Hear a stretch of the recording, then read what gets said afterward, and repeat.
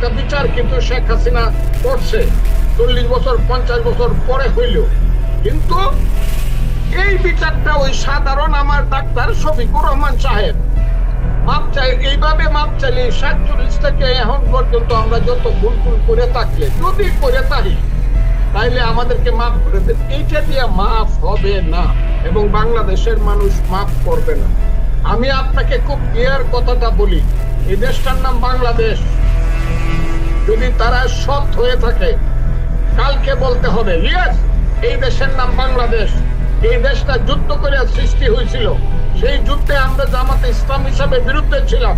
এই যুদ্ধের প্রধান নেতা ছিল বঙ্গবন্ধু শেখ মুজিবুর রহমান, এই যুদ্ধের প্রধান সেনাপতি ছিল এমএজি উসমানী, এই যুদ্ধের সেক্টর কমান্ডার ছিল জিয়াউর রহমান থেকে ধরে খালেদ মোশাররফ থেকে ধরে 11 জন, এবং জিয়াউর রহমান স্বাধীনতার ঘোষণা করছিল 27শে মার্চ, এবং তাজউদ্দিন সৈয়দ নজরুলের নেতৃত্বে এই দেশে মুজিবনগর সরকার হয়েছিল।